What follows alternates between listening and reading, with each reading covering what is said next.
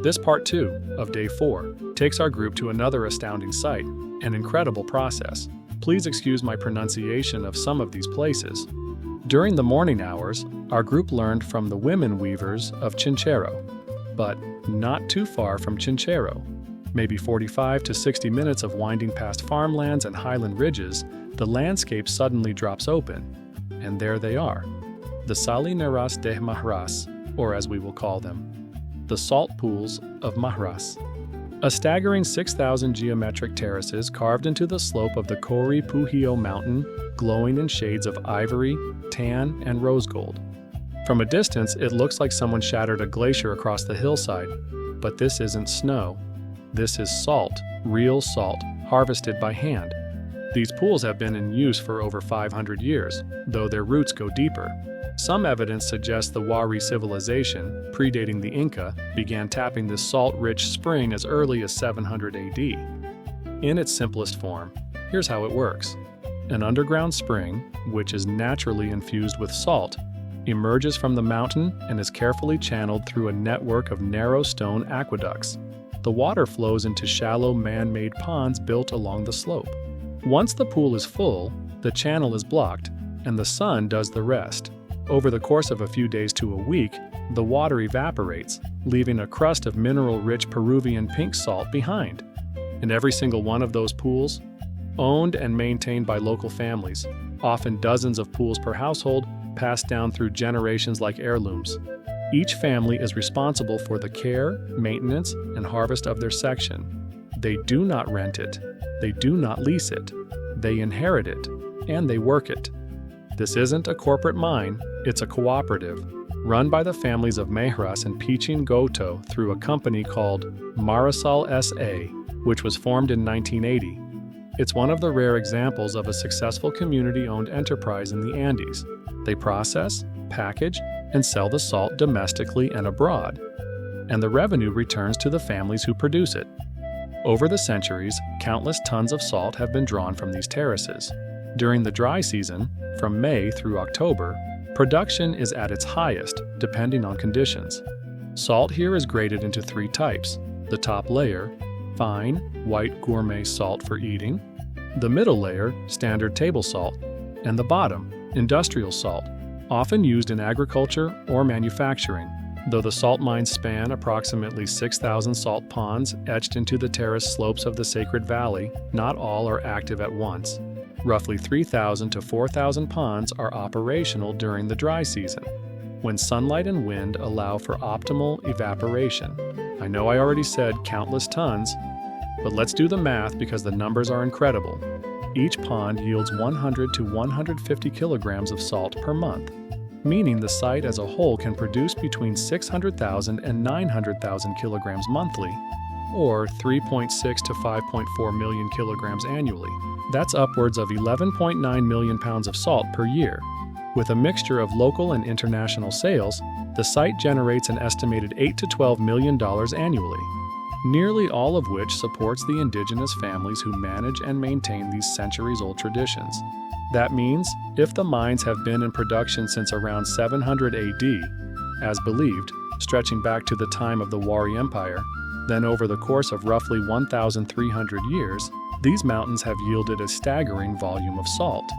Based on modern production levels of 4 to 5.4 million kilograms per year, a good faith historical estimate puts the total somewhere between 5.2 and 7 billion kilograms of salt. That's the equivalent of 11 to 15.5 billion pounds. Hand-harvested, sun-dried, and packed by generations of families using nothing more than gravity, sunlight, and inherited skill. These are of course estimates, but would it be any less astounding if the estimate was only 7 billion pounds? We don't think so either.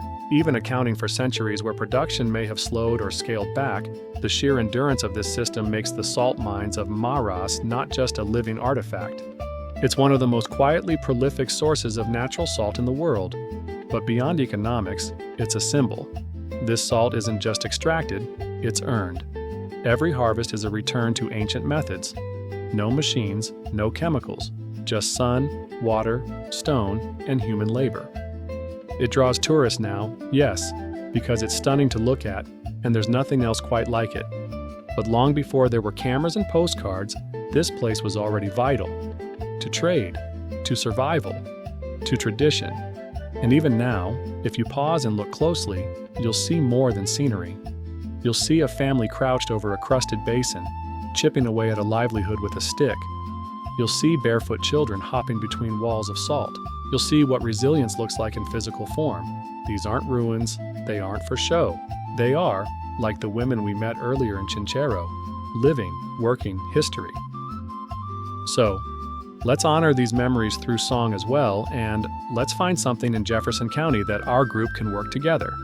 To the tune of 8-digit millions per year, of course.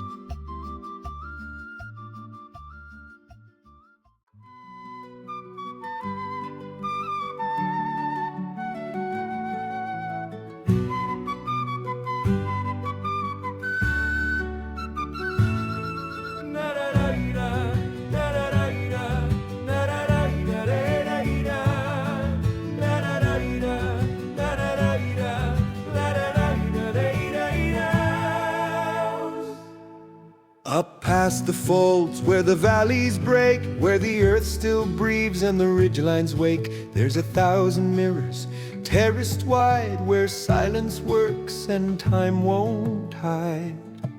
No steel, no wheel, no rushing sound, just sweat and sun and sacred ground. Each hand a ledger, each line a verse, drawn in salt like the world reversed. They don't dig deep, they draw what's near. Let the spring speak clear year after year.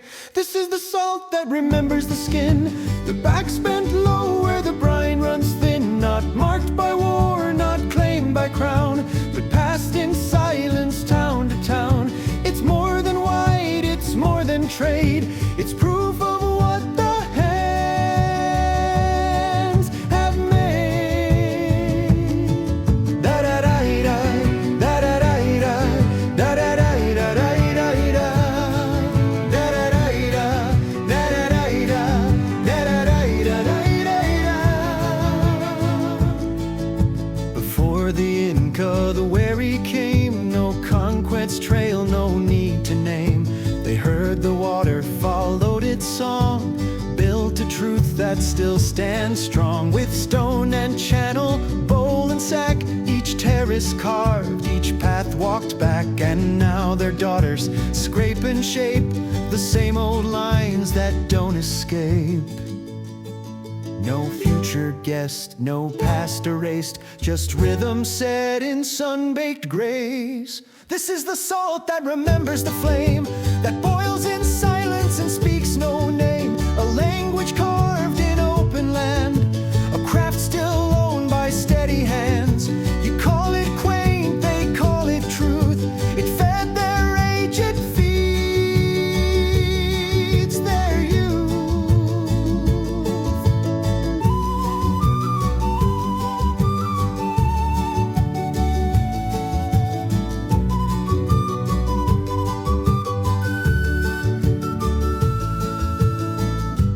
Let the wind blow down the spine, let the spring leave its design. Every crystal, every scrape is history's form in mineral shape. They don't chase praise, they don't rehearse. Their lives aren't tours, their work's not verse. They wake to labor, not to stage, but every scoop still turns the page. From child to elder, side by side, no fences drawn, no need to hide. It's shared, it's known, it's slow, it's wide, a village breathing in salted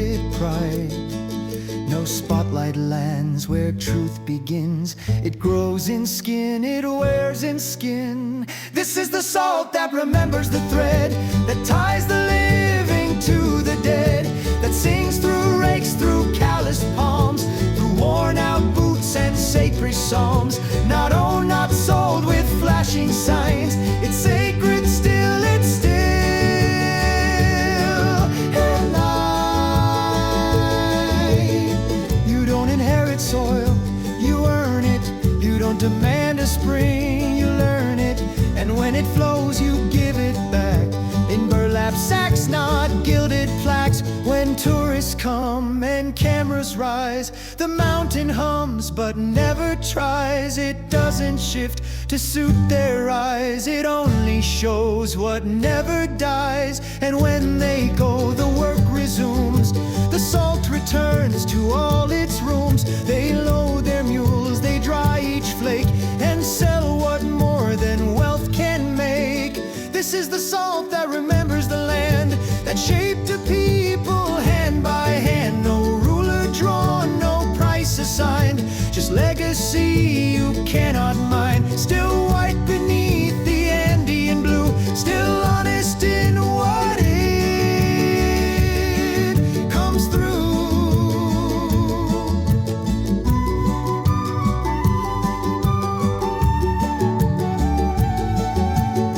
It doesn't sparkle, it doesn't beg, but it lasts and it remembers.